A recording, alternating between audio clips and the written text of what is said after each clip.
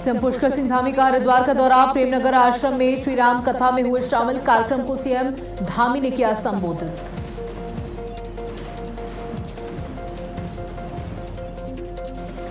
बद्रीनाथ में चढ़ावा चोरी पर एक्शन। आरोपी निजी सचिव प्रमोद नौटियाल सस्पेंड किए गए। निलंबन के बाद प्रमोद नौटियाल के खिलाफ एफआईआर दर्ज हुई।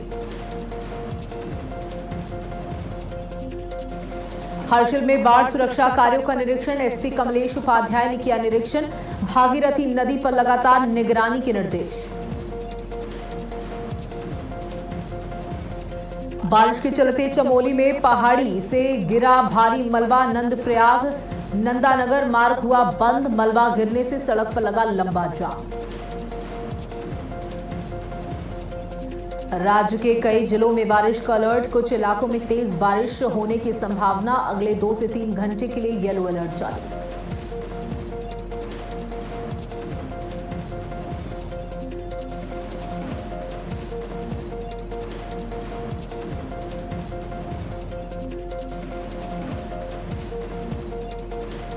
नमस्कार, आप देख रहे हैं भारत अपडेट। मैं हूं आपके साथ सौम्या। उसी चलिए उत्तराखंड की बात करते हैं, जहां से पुष्कर सिंह धामी का हरिद्वार का दौरा।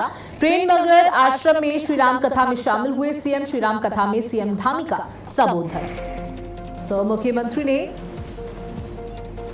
श्री राम कथा में पहुंचकर संबोधित किया और इस श्री राम कथा में शामिल हुए सीएम पुष्कर सिंह धामी। हरिद्वार का उनका दौरा रहा, जहां प्रेमनगर आश्रम में पहुंचकर श्री राम कथा में शामिल हुए और श्री राम कथा में मुख्यमंत्री धामी का संबोधन रहा।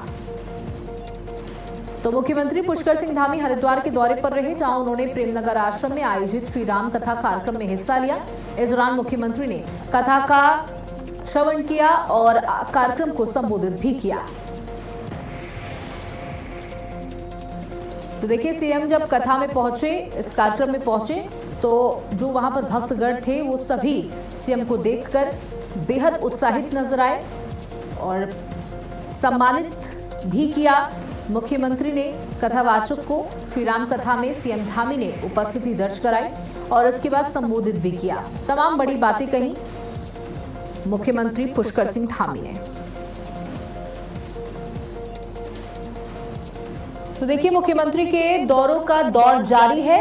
लगातार रोजाना अलग अलग जिलों के दौरे पर हैं मुख्यमंत्री पुष्कर सिंह धामी और आज इस कथा कार्यक्रम में पहुंचे थे, जहां पर हजारों की संख्या में, लाखों की संख्या में लोग मौजूद थे कथा सुनने के लिए।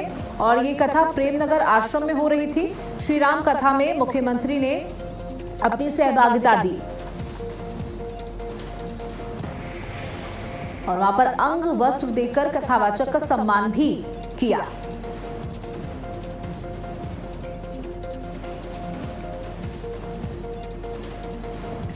तो प्रेमनगर आश्रम में पहुंच करके मुख्यमंत्री धामी ने संबोधित भी किया।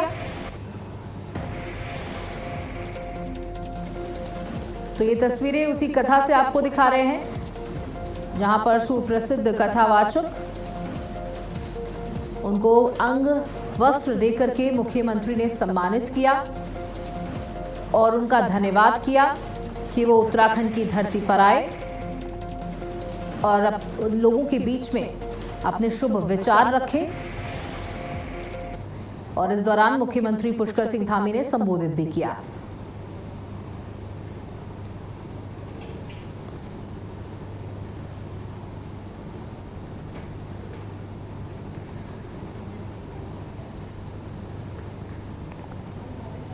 तो आप तस्वीरों में देख सकते हैं कि बहुत मशहूर कथावाचक हैं जिनकी कथा में पहुंचे मुख्यमंत्री पुष्कर सिंह धामी और उनका ये दौरा, इस कथा में सम्मिलित होने के साथ साथ अन्य 1 से 2 और कार्यक्रमों में मुख्यमंत्री पहुंचे थे। एक छोटी सी भेंट भी मुख्यमंत्री ने वहां पर दी।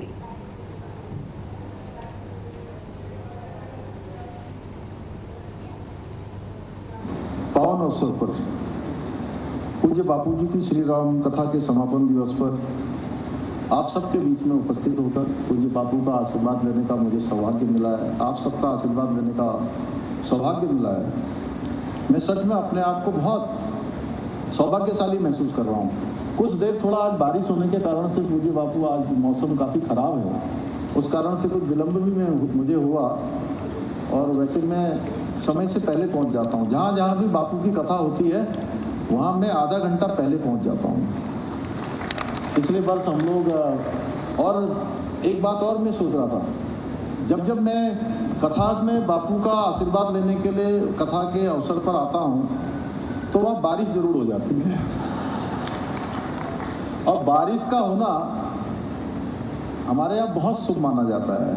ऐसा माना जाता है कि फल की प्राप्ति हो रही है, जिसके कारण से कथा की जा रही है। जिन लोगों ने कथा का आयोजन किया है, जिन्होंने श्रवण किया है, भगवान उनकी सारी मनोकामनाएं पूर्ण करेंगे, मैं भगवान से प्रार्थना करता हूँ। और श्री रामचरितमानस में गोस्वामी तुलसीदास जी ने बहुत ही सुंदर बात कही है, तात स्वर्ग अपवर्ग सुख धरियो तुला एक अंग, तूल न ताही सकल मिली। वैक्सीन की जरूरत थी, हर एक भारतवासी को जरूरत थी। उस समय दुनिया के 100 से भी अधिक देशों को भारत की निर्मित स्वदेशी वैक्सीन देने का काम किया, उनके जीवन को बचाने का काम किया। और आज भी जब भी कोई दुनिया के अंदर बड़ा संकट आ रहा है तो किसी न किसी रूप में हमारे प्रधानमंत्री जी, भारत की सरकार, वहाँ पर लोग भारत के रुख का इंतजार कर रहे हैं। इसलिए हमारे लिए अत्यंत गर्व की बात है कि हमारी संस्कृति हमें विजय नहीं बल्कि सहअस्तित्व की शिक्षा देती है। वहीं बद्रीनाथ चढ़ावा मामले पर सीएम पुष्कर सिंह धामी का बड़ा बयान, आस्था से खिलवाड़ करने वालों पर होगी सख्त कार्रवाई। मामले को जांच एसआईटी कर रही है, दोषी पाए जाने वालों को नहीं बख्शा जाएगा। तो दोषी पाए जाने वालों को बख्शा नहीं जाएगा, मामले की जांच एसआईटी कर रही। आस्था से खिलवाड़ करने वालों पर सख्त कार्रवाई की जाएगी। तो अयोध्या के बाद बद्रीनाथ चढ़ावा मामले पर भी प्रश्न चिन्ह खड़े हो गए हैं। यहां सीएम धामी का बड़ा बयान इस पर सामने आया कि आस्था से खिलवाड़ करने वालों पर कार्रवाई होगी, मामले की जांच एसआईटी कर रही है, दोषी पाए जाने वालों को बख्शा नहीं जाएगा। तो देखिए, अब ये भी मामला लगातार तूल पकड़ रहा है, जहां बद्रीनाथ चढ़ावा मामले में भी संदेह पाया गया है कि यहां पर भी धांधली हो रही है। और देखिए, यहां पर भी कोई छोटा मोटा चढ़ावा नहीं आता है। जब चार धाम यात्रा शुरू होती है तो बद्रीनाथ के दर्शन करने के लिए लाखों की संख्या में लोग आते हैं और अपनी आस्था श्रद्धा से बाबा के चरणों में दान अर्पित करते हैं, चढ़ावा अर्पित करते हैं, और उसी से मंदिर का निर्माण होता है और आगे के कार्य होते हैं। लेकिन क्या वो चढ़ावा सही जगह इस्तेमाल किया जा रहा है? अब इस पर भी एक सवाल खड़ा हो गया है। उत्तराखंड के लोग कह रहे हैं कि कतई बर्दाश्त नहीं किया जाएगा कि हिंदू मंदिरों में इस तरीके से चोरी की जा रही है।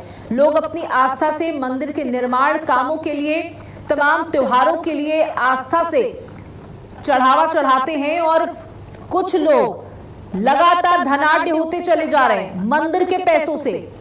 अब मुख्यमंत्री ने कहा है कि इस पर चिंता जताने की जरूरत नहीं है, दोषियों पर कार्रवाई होगी। अगर कोई पकड़ा जाता है तो एसआईटी की जांच चल रही है, दोषी पाए जाने वालों को बख्शा नहीं जाएगा।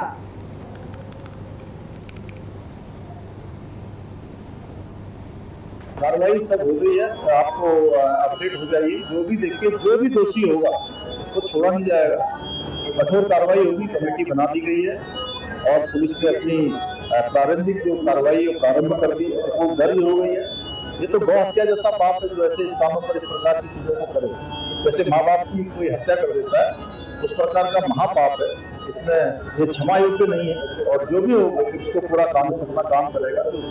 क्या मंदिरों को लेकर नहीं कोई इसमें अभी चूंकि जो बातें आई हैं उस बातों के लिए जो है चूंकि सभी चीजों का प्रावधान किया है, जांच समिति है वो इस पर भी अपनी रिपोर्ट देगी किस प्रकार से जो है इनको ठीक प्रकार से मानसून को लेकर मानसून सारी तैयारियां चल रही है। मानसून आ भी गया है और अगले 10 दिनों तक कुछ जनपदों में हमारे यहाँ हाई अलर्ट भी रहने वाला है।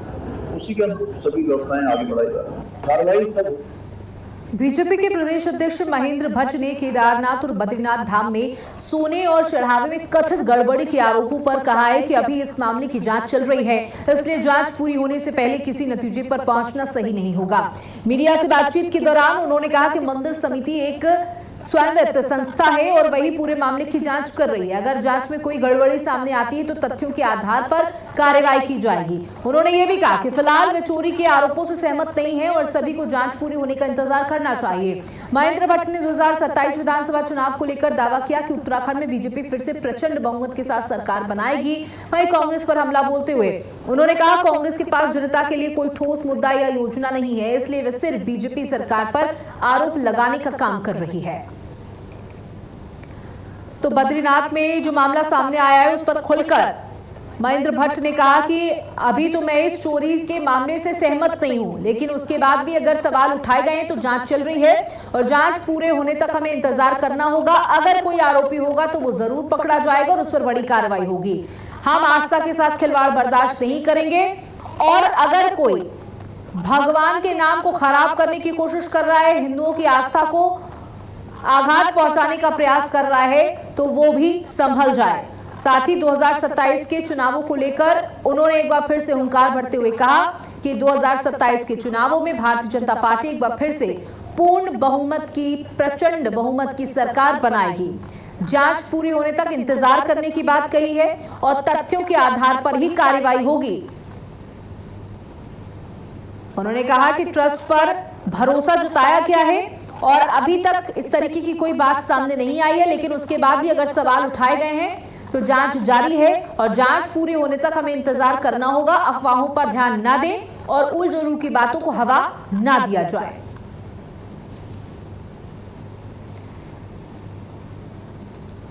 साथ ही 2027 में एक बार फिर से सरकार बनाने की हामी भरते हुए यहां पर नजर आए हैं। जांच पूरी होने तक इंतजार करना होगा, तथ्यों के आधार पर कार्रवाई होगी।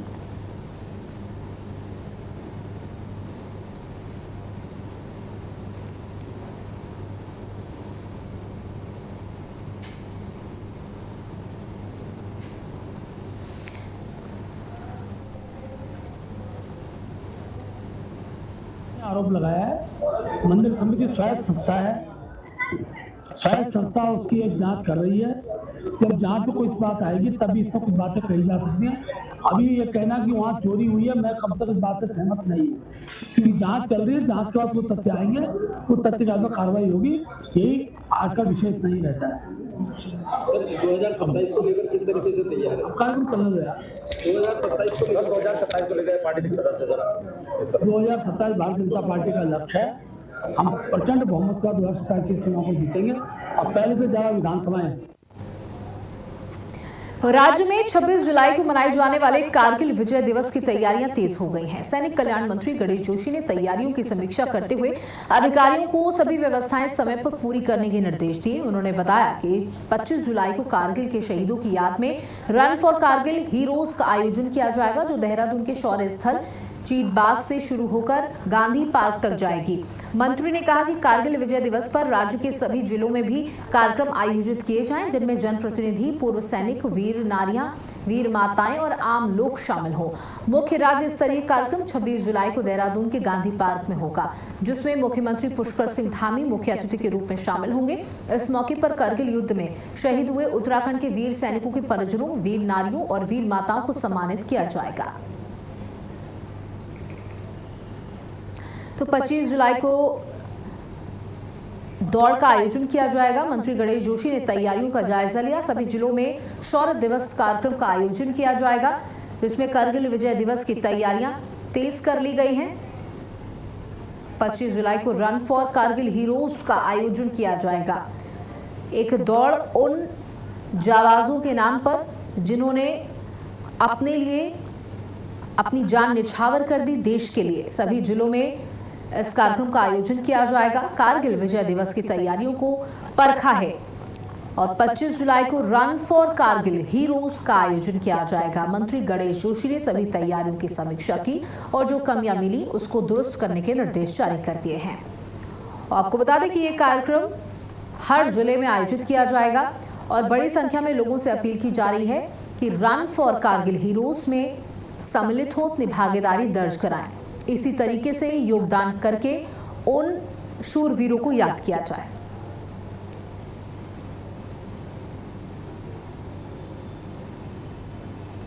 उत्तरकाशी के हर्षिल में अपर जिलाधिकारी मुक्ता मिश्रा ने बाढ़ सुरक्षा के लिए चल रहे निर्माण कार्यों का निरीक्षण किया। उन्होंने अधिकारियों और कार्यदायी संस्था को निर्देश दिए कि मानसून के दौरान नदी का जलस्तर लगातार बढ़ रहा है, इसलिए सभी काम तेजी से और अच्छी गुणवत्ता के साथ पूरे किए जाएं। उन्होंने कहा कि नदी के कटाव को रोकना जरूरी है ताकि आसपास की आबादी और होटलों की किसी तरह का नुकसान ना हो। एडीएम ने निर्माण कार्यों की लगातार निगरानी रखने, सुरक्षा मानकों का पालन करने और सभी विभागों के बीच बेहतर समन्वय बनाए रखने के निर्देश भी दिए। बढ़ते जलस्तर को देखते हुए एहतियात के तौर पर GMVN और पुलिस ने रेजिडेंशियल PWD गेस्ट हाउस को सुरक्षित स्थान पर शिफ्ट कर दिया है। तो हर्षिल में बाढ़ सुरक्षा कार्यों का निरीक्षण किया गया। एडीएम मुक्ता मिश्रा ने सख्त निर्देश जारी किए हैं। नदी में के बढ़ते जलस्तर पर प्रशासन सतर्क हो गया है। लोगों से भी अपील की गई है कि ऐसी जगहों पर बिल्कुल भी ना जाएं जहां पे नदियों का जलस्तर बढ़ रहा है। हर्षिल में बाढ़ सुरक्षा कार्यों का निरीक्षण किया गया। अगर बाढ़ की स्थिति पैदा होती है तो किस तरीके की सुरक्षा करनी होगी। जो आसपास में रेस्टोरेंट्स, गेस्ट हाउस मौजूद हैं, उनको भी शिफ्ट करने की सलाह दी गई है। देखिए, लगातार हो रही बारिश के कारण नदियों का जलस्तर तेजी के साथ बढ़ रहा है और ये जलस्तर बाढ़ का रूप ना ले, उससे पहले तैयारियों को परखा गया और समस्या ना आए किसी भी प्रकार की, इसको लेकर के भी बड़ी बात कही गई। सभी गेस्ट हाउस संचालकों और जो छोटे छोटे कैफेज आसपास बनाए हुए हैं उनको शिफ्ट करने की बात कही गई। और ये जो नदियां जो रौद्र रूप धारण कर रही हैं, इनके साथ खिलवाड़ यानी इनके आसपास आने का प्रयास ना किया जाए, इसके लिए सख्त हिदायत दी गई है। देखिए, मानसून दस्तक दे चुका है और बारिश रोजाना हो रही है। झमाझम बारिश हो रही है पहाड़ों पर और नदियों का जलस्तर तेजी के साथ बढ़ रहा है। रामनगर के पीरूमदारा में NH 309 4 लेन परियोजना के लिए भूमि अधिकृत और मुआवजे को लेकर लोगों का विरोध बढ़ता जा रहा है। विधायक दीवान सिंह बिष्ट ने प्रभावित व्यापारियों, ग्रामीणों और भूमि स्वामियों से मुलाकात कर उनकी समस्याएं सुनी। लोगों ने आरोप लगाया कि जमीन के पैमाइश, भवनों के वर्गीकरण और मुआवजा तय करने में कई गड़बड़ियां हुई हैं। उनका कहना है कि कई व्यावसायिक भवनों को सरकारी रिकॉर्ड में आवासीय दिखाया गया, जिसमें मुआवजा कम हो सकता है। लोगों ने दोबारा पैमाइश कराने और हर प्रभावित व्यक्ति को उसकी अधिकृत जमीन, मुआवजे की दर और भुगतान की पूरी लिखित जानकारी देने की मांग की। विधायक दीवान सिंह बिष्ट ने कहा कि विकास कार्य जरूरी है, लेकिन किसी के साथ अन्याय नहीं होना चाहिए। उन्होंने अधिकारियों को मौके पर जाकर सभी प्रभावित लोगों को पूरी जानकारी देने के निर्देश दिए।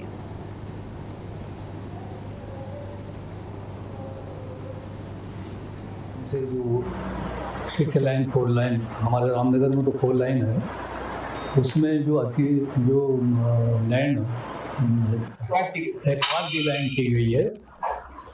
इन लोगों का कहना है कि हमको जानकारी नहीं है कि कितनी हमारी ज़मीन ली गई है, कितना हमको किस रेट से हमको दिया गया है। हमारे खातों में पैसे डाल रहे विभाग जो डाल रहा है। तो ये इनका मैंने जो इससे संबंधित अधिकारी हैं जो इसको एडीएम देख रहे हैं असवाल जी, उनसे भी बात हुई है और अपने जो हमारे NH के एक्शन साहब हैं उनसे भी मेरी बात हुई है। तो इनका कहना भी ठीक है, भाई हमको आप दे रहे हैं, कितना हमारा रकबा आपने लिया है, किस रेट से हमको दिया है, ये तो हमको भी तो जानकारी होनी चाहिए। वहीं रुद्रपुर के अगस्त्यमुनि में सेवा, सुशासन और समर्पण जन जन की सरकार जन जन के द्वारा अभियान के तहत बहुउद्देश्य शिविर और मुख्यमंत्री जन समर्पण तहसील दिवस का आयोजन किया गया। अगस्त्यमुनि ब्लॉक सभागार में आयोजित इस शिविर की अध्यक्षता ब्लॉक प्रमुख भुवनेश्वरी देवी ने की, जहां बड़ी संख्या में पहुंचे लोगों ने पेयजल, राशन कार्ड, आधार कार्ड संशोधन और सड़क निर्माण से हुए नुकसान समेत विभिन्न समस्याएं अधिकारियों के सामने रखी।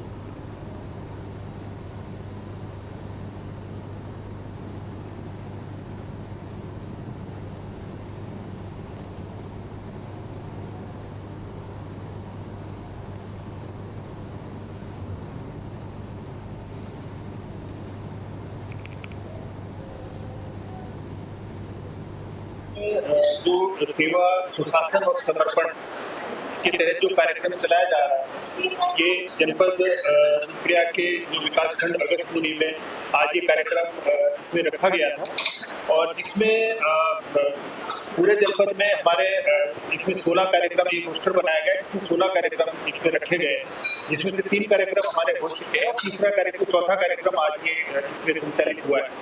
और इसमें सभी विभागों के जो अधिकारी हैं वो मौजूद थे, साथ ही साथ जो हमारे यहाँ की जनता है जिनकी शिकायतें थी उनको भी जो है कम से कम 200 लोगों के आसपास जो है इसमें पब्लिक के लोग थे। और इसमें सभी व्यक्तियों को जो है जितनी भी हमारी सरकार की योजनाएं जो संचालित हो रही है, राज्य सरकार की हो चाहे केंद्र सरकार की हो, वो सभी को जो है बताया गया है, उनके बारे में उनको जानकारी दी गई है विस्तृत रूप से।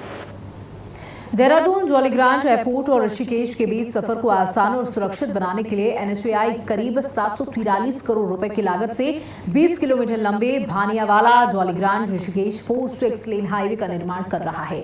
इस परियोजना में पर्यावरण और वन्यजीवों का विशेष ध्यान रखा गया है। पेड़ों की कटाई कम करने के लिए 60 मीटर की जगह सिर्फ 23 मीटर चौड़ा राइट ऑफ वे रखा गया है और 754 पेड़ों को काटने के बजाय दूसरी जगह लगाने की योजना बनाई गई है।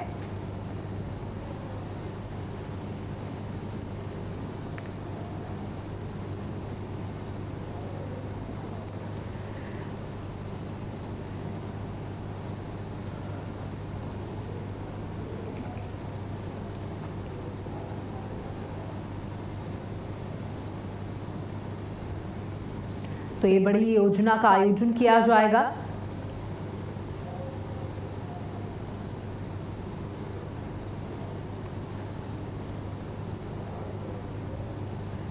वहीं काशीपुर में डॉक्टर श्यामा प्रसाद मुखर्जी के 125वीं जयंती के मौके पर छात्र सम्मेलन का आयोजन किया गया। कार्यक्रम में बीजेपी प्रदेश अध्यक्ष महेंद्र भट्ट, बीजेपी महिला मोर्चा की प्रदेश अध्यक्ष रुचि भट्ट शामिल हुए। दीप प्रज्वलन के साथ कार्यक्रम की शुरुआत हुई। महेंद्र भट्ट ने कहा कि डॉक्टर श्यामा प्रसाद मुखर्जी देश की एकता, अखंडता के महानायक थे और उनके विचारों और योगदान को नई पीढ़ी तक पहुंचाना बेहद जरूरी है। उन्होंने कहा कि इसी उद्देश्य से बीजेपी महिला मोर्चा महिलाओं और छात्राओं के बीच ऐसे कार्यक्रम आयोजित कर रही है। सम्मेलन में डॉक्टर मुखर्जी के जीवन, राष्ट्र निर्माण में उनके योगदान और राष्ट्रवादी विचारों पर चर्चा की गई है। महेंद्र भट्ट ने कहा कि स्कूलों और कॉलेजों के छात्र छात्राओं को देश के महान व्यक्तियों से परिचित कराने का अभियान आगे भी जारी रहेगा। कार्यक्रम में बड़ी संख्या में छात्राओं महिलाएं मौजूद रहीं।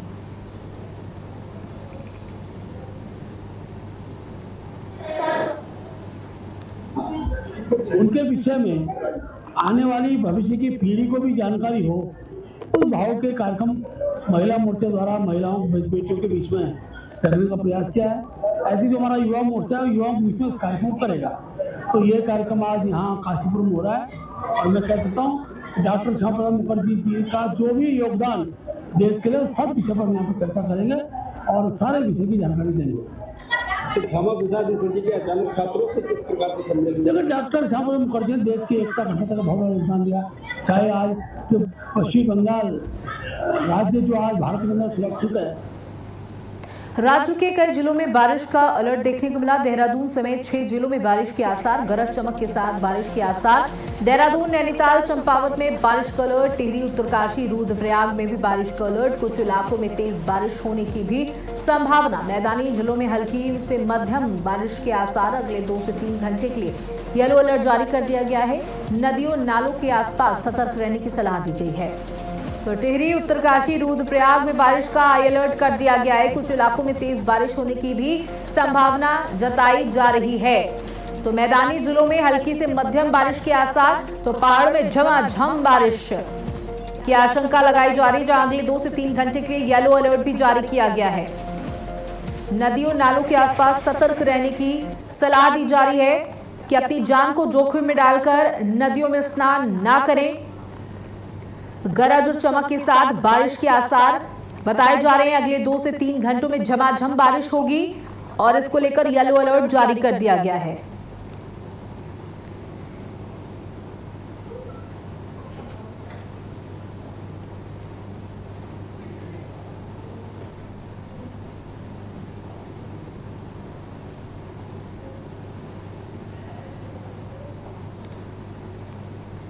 वहीं भागीरथी नदी का जलस्तर बढ़ने और भूमि कटाव के खतरे को देखते हुए पुलिस अधीक्षक कमलेश उपाध्याय ने हर्षिल में बाढ़ सुरक्षा और चैनलाइजेशन कार्यों का निरीक्षण किया।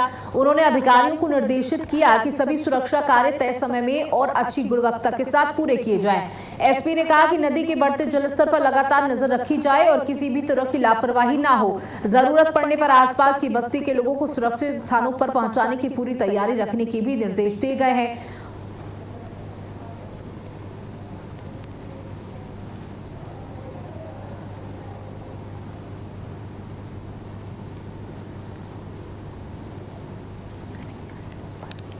तो देखिए, बारिश को लेकर के अलर्ट जारी कर दिया गया है। जगह जगह बारिश को लेकर लोगों से सावधानी बरतने की सलाह दी जा रही है कि जहां नदियां हो अपने उफान पर हो, उसके आसपास बिल्कुल भी ना पहुंचे। और एक लाइन बना दी गई है कि इस लाइन को बिल्कुल क्रॉस करने का प्रयास ना किया जाए। पर्यटकों से भी यही अपील की जा रही है कि अपनी मौज मस्ती में अपनी जान को जोखिम में बिल्कुल न डालें। एसपी कमलेश उपाध्याय ने इस पूरे का जायजा लिया है। सुरक्षा कार्य समय पर पूरे करने के निर्देश जारी कर दिए गए हैं। भागीरथी नदी पर लगातार निगरानी के निर्देश दिए गए हैं। जलस्तर तेजी के साथ बढ़ रहा है। और इसी के साथ बुलेटिन में इतना ही। नमस्कार।